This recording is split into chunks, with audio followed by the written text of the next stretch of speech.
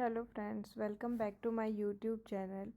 तो यहाँ पर मैं आप लोगों के साथ मेथी के दाने की लड्डू की रेसिपी शेयर करने जा रही हूँ। तो यहाँ पर मैंने 100 ग्राम मेथी ले लिया और मेथी के दाने को मैं अच्छी तरह से मिक्सी में पीस लूँगी बारीक होने तक। तो यहाँ पर मैंने मिक्सी में 100 ग्राम मेथी का दाना ले लिया और उसे अच्छी तरह से पीस लिया। अब जब मेथी का दाना पीस चुका है तब यहाँ पर मैं मेथी के दाने को मिल्क में ऐड कर अच्छे से मिक्स कर दूंगी और इसे फूलने के लिए छोड़ दूंगी। जब हम मेथी के दाने को दूध में भी भिगा करके 2-3 घंटे के लिए छोड़ देते हैं तो यहाँ पर मेथी का दाना सूख कर ऐसा हो जाता है। उसके बाद हम फिर इसे अच्छी तरह से क्रश कर इसे भूनेंगे। तो यहाँ पर मेथी के दाने के लड्डू का कड़वापन मिटाने के लिए, मतलब उसका कड़वापन कम आया और हम इसे खा सकें, इसलिए हम यहाँ पर ड्राई फ्रूट्स ऐड करेंगे। तो यहाँ पर पहले अच्छे से इसे मिक्स कर मैं साइड में रख दूँगी। उसके बाद फिर यहाँ पर मैंने सारे ड्राई फ्रूट्स ऐड कर लिए हैं जो हमें इसमें डालने हैं। तो यहाँ पर मैं पिस्ता का छिलका अलग कर पिस्ता भी निकाल रही हूँ, इसे भी हम इसमें ऐड करेंगे। तो पिस्ता का जितना भी बाहर का छिलका है वो सब हटाकर यहाँ पर मैं पिस्ता रेडी कर रही हूँ। उसके बाद फिर हम इसमें काजू, बादाम और मेलन के सीड्स, अंजीर, खजूर, ये सारी चीज़ें ऐड करेंगे और मखाना भी ऐड करेंगे और साथ ही में गोंद भी ऐड करेंगे। तो यहाँ पर वो वाला बाउल आपको नहीं दिख रहा होगा क्योंकि मैं भूल गई थी कि इसमें वो भी डालना है और फिर मैंने बाद में ऐड किया है, पर यहाँ पर आपको आगे की रेसिपी में सारा कुछ देखने को मिलेगा। तो यहाँ पर मैंने खजूर के भी बीज निकाल कर अलग कर लिए और उसे भी वहाँ पर रख लिया है। अब यहाँ पर मैं एक कढ़ाई ले लूँगी, कढ़ाई को गर्म करूँगी और उसमें घी ऐड करूँगी। यहाँ पर हम एक साथ बहुत सारा घी ऐड नहीं करेंगे, थोड़ा थोड़ा सा घी लेंगे और जब हमारा घी हल्का सा गर्म हो जाएगा हम यहाँ पर धीरे धीरे कर सारे ड्राई फ्रूट्स को अलग अलग फ्राई करेंगे, क्योंकि काजू थोड़ा जल्दी से पक जाता है, मतलब भून जाता है। बादाम को थोड़ा ज़्यादा टाइम लगता है, मेलन सीड्स भी बहुत जल्दी पक जाती है, फ्राई हो जाती है। तो यहाँ पर हम हल्के हल्के से सारे ड्राई फ्रूट्स को फ्राई कर निकाल लेंगे। यहाँ पर जैसे ही आपका काजू भून जाएगा आपको हल्की हल्की सी स्मेल आने लगेगी और काजू का कलर भी ब्राउन हो जाएगा। और यहाँ पर आप जैसे ही मेलन सीड्स को इसके अंदर ऐड करेंगे तो ये जो है जल्दी से फूल जाएगा, तो आपको पता चल जाएगा कि ये फ्राई हो चुका है। तो यहाँ पर इसे भी हम घी से अलग कर निकाल लेंगे।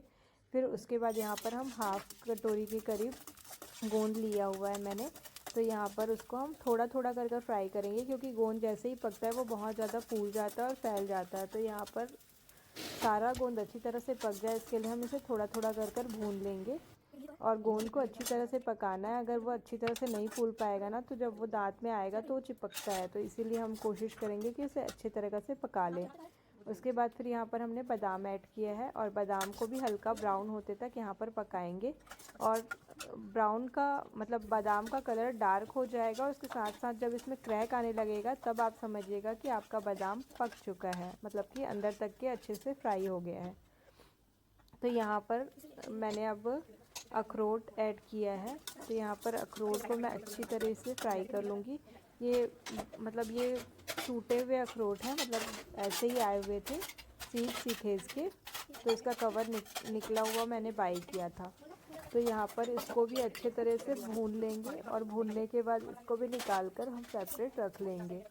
तो इसी तरह से आप यहाँ पर अपने पसंद की जो भी ड्राई फ्रूट्स हैं वो सब कुछ यहाँ पे ऐड कर सकते हैं। अगर आप इंडिया में हैं तो वहाँ पे आप खसखस का दाना भी ऐड कर सकते हैं, वो भी अच्छा होता है ठंड के दिन में खाने के लिए। यहाँ पर दुबई में खसखस बैन है तो हम यहाँ पर नहीं ऐड कर सक रहे हैं, पर वो भी आप यहाँ पे डाल सकते हैं। और यहाँ पे आप और क्या डाल सकते हैं, जैसे कि फ्लैक्स सीड्स भी ऐड कर सकते हैं आप इसमें, लेकिन अभी मैं फास्ट के लिए बना रही हूँ ना, तो इसलिए मैंने सिर्फ ड्राई फ्रूट्स ही ऐड किए हैं। और यहाँ पर सभी को अच्छे से फ्राई कर ले रही हूँ। यहाँ पे मैंने पिस्ता को भी फ्राई कर लिया। उसके बाद फिर एट द लास्ट में मैं यहाँ पर मेथी का दाना जो फुला के रखा हुआ था उसे भी यहाँ पर मैं अच्छे से भून लूँगी। तो यहाँ पर मेथी का दाना जो है अच्छे से ब्राउन होते तक इसे हमें भूनना है कम आंच में। और उसके बाद फिर भूनने के बाद इसे हम एक बार और महीन पीसने का ट्राई करेंगे। तो मेथी का दाना जितना ज़्यादा महीन पीस आएगा उतना ज़्यादा आपको कड़वापन कम आएगा। तो यहाँ पर ये देखिए अच्छी तरह से भून गया है। बस अब हम इसे निकाल लेंगे और उसके बाद फिर हम इसी कढ़ाई में थोड़ा सा मखाना और थोड़ा सा सिंघाड़े का आटा भूनेंगे।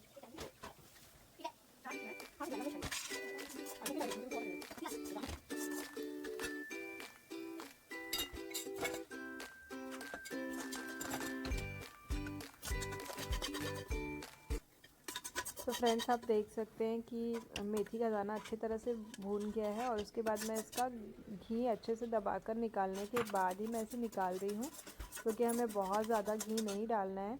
और उसके बाद फिर यहाँ पर मैंने मखाने को, वो जो हल्का सा घी बच गया था उसमें अच्छे से भून ली हूँ। और जैसे ही हमारा मखाना मतलब कि थोड़ा सा क्रंचीनेस आ जाएगा मखाने में, हम उसको भी निकाल लेंगे। तो मखाने बहुत जल्दी भून जाते हैं अगर आपने घी ऐड किए हैं तो। उसके बाद फिर ये कढ़ाई को अच्छे से साफ़ करने के बाद मैं यहाँ पर बिना घी के सिंघाड़े का आटा डाल रही हूँ 1 कटोरी।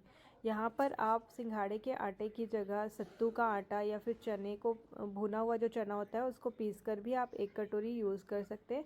और अगर आप चाहें तो आप यहाँ पर आटा भी यूज़ कर सकते हैं, क्योंकि हम एकादशी का फास्ट करते हैं और हमें फास्टिंग में भी कुछ खाने को स्वीट चाहिए होता है, इसलिए यहाँ पर मैं सिंघाड़े का आटा यूज़ कर रही हूँ ताकि हम इसे व्रत में भी खा सकें।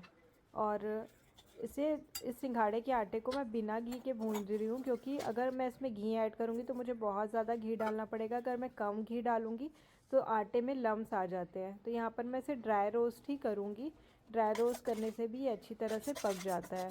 तो जब मैं हलवा भी बनाती हूँ तो इसी तरह से ड्राई रोस्ट करती हूँ और उसके बाद लास्ट में मैं इसमें घी ऐड कर लेती हूँ। तो यहाँ पर हमने सिंघाड़े के आटे को अच्छे से ड्राई रोस्ट कर लिया और आप देख सकते हैं कि इसका कलर बिल्कुल चेंज हो चुका है। ये हल्का हल्का सा गोल्डन ब्राउन की तरह हो गया है। तो अब हम इसे ठंडा होने के लिए इसी कढ़ाई पर छोड़ देंगे। और यहाँ पर हमारे सारे ड्राई फ्रूट्स जो हमने फ्राई किए थे वो अब थोड़े थोड़े से ठंडे हो चुके हैं। तो अब हमें इन सारे ड्राई फ्रूट्स को पीसने हैं। अब आप चाहें तो इसे सेपरेट पीस सकते हैं और आप चाहें तो इसे मिक्स कर भी पीस सकते हैं, कोई प्रॉब्लम नहीं है। आखिर इनको साथ में मिक्स करके ही लड्डू बनाना है। तो हम इसे अच्छी तरह से इसी तरह से पीस लेंगे और बहुत ज़्यादा फाइन पाउडर नहीं करना है, हल्का हल्का सा दरदरा सा रखेंगे ताकि थोड़ा थोड़ा ड्राई फ्रूट्स जब दांत के बीच में आए तो हमें ऐसा क्रंचीनेस महसूस होगा, तो हमें टेस्ट अच्छा लगेगा। तो यहाँ पर सारे ड्राई फ्रूट्स अच्छी तरह से मैंने पीस लिए हैं और इन सबको अच्छे से मिक्स कर ले रही हूँ। और मिक्स करने के बाद फिर हम इसमें जो मेथी का दाना जो हमने भून के रखा था वो भी एक बार और अच्छे से पीस लेंगे। और पीसने के बाद दोबारा से हम इसमें पीसने के बाद उसको ऐड कर देंगे। तो हमारा मेथी का जो पेस्ट था वो भी हमने ऐड कर दिया। फिर यहाँ पे हमने सिंघाड़े का आटा जो भून कर रखा था वो भी इसमें मिक्स किया। और मिक्स करने के बाद, पीसने के बाद फ्रेंड्स, इंग्रेडिएंट बहुत ज़्यादा लगने लग रहा है। मुझे लग रहा है कि लड्डू बहुत सारी बनने वाली है। तो यहाँ पर इलायची और काली मिर्च और थोड़ा सा हमें इसके अंदर ना सौंठ का पाउडर यानी सूखी हुई अदरक का पाउडर ऐड करना है। तो हम वो सब भी ऐड करेंगे पीस कर। यहाँ पर मैं गलती से ऐसे ही डाल दी थी, फिर मैंने इसे निकाल कर दोबारा से पीस लिया। अब इसमें मिठास के लिए हम लेंगे हाफ कटोरी से थोड़ा सा ज़्यादा गुड़ है और 1 कटोरी के करीब डेट्स है, जिसके हमने सीड्स अलग कर लिए और अब हम उसे भी भूनेंगे। तो यहाँ पर हमने हल्का सा घी ऐड किया और गुड़ को बस मेल्ट करना है। बस बिल्कुल भी उसमें लम्स नहीं रहने चाहिए। अच्छे से गुड़ को मैश कर उसे अच्छी तरह से मेल्ट कर लेना है।